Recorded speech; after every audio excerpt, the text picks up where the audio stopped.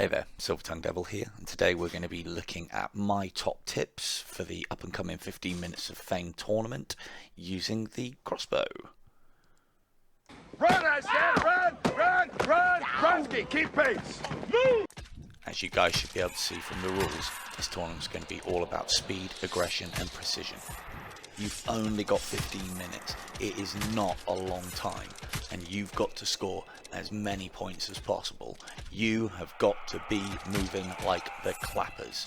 You've got to kill everything you see and move on as swiftly as possible. I personally think the executioner bonus is going to be absolutely imperative during this tournament. To get that, you need to be making sure that there is no longer than 10 seconds between each of your kills. This is another reason why it's worth going for those headshots. Not only are they going to give you more points, but they're going to drop your enemies quicker. As soon as one's dropped, sooner you can move on to the next one. And remember, the sooner you are through the level, the sooner the next cycle begins.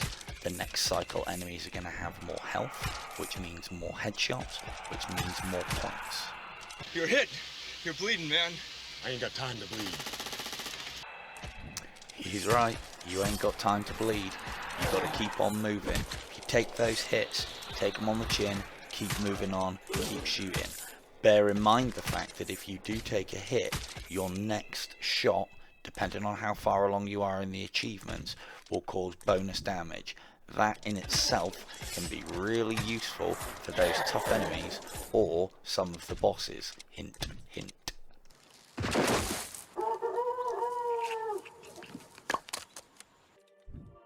A large percentage of the points that you're going to get from this tournament are going to come from headshots.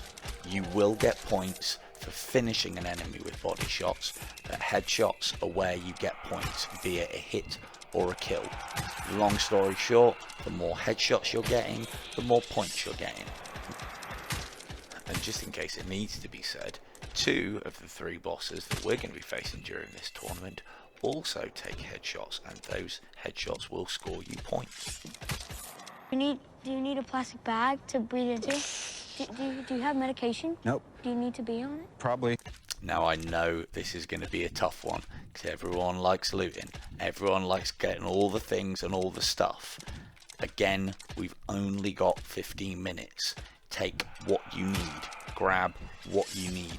You haven't got time for standing around gandering or making choices. Hell, you probably don't even have time for the shot. If you're not killing, you're not scoring. Try also and pick your routes. You want to be taking a path where you can kill as many enemies as possible without having to backtrack. We want to be getting through these levels with as many kills as possible, but as quickly as possible. That means leaving enemies behind, and that means leaving enemies behind. Keep going, get to the next section. Keep going, get to the next boss. Keep going, kill that boss, get to the next cycle. Don't forget, each new cycle comes with another opportunity to bag yourself another orphan. Orphans, we know, are worth a lot of points. They may even be the mainstay of your score by the end of this tournament.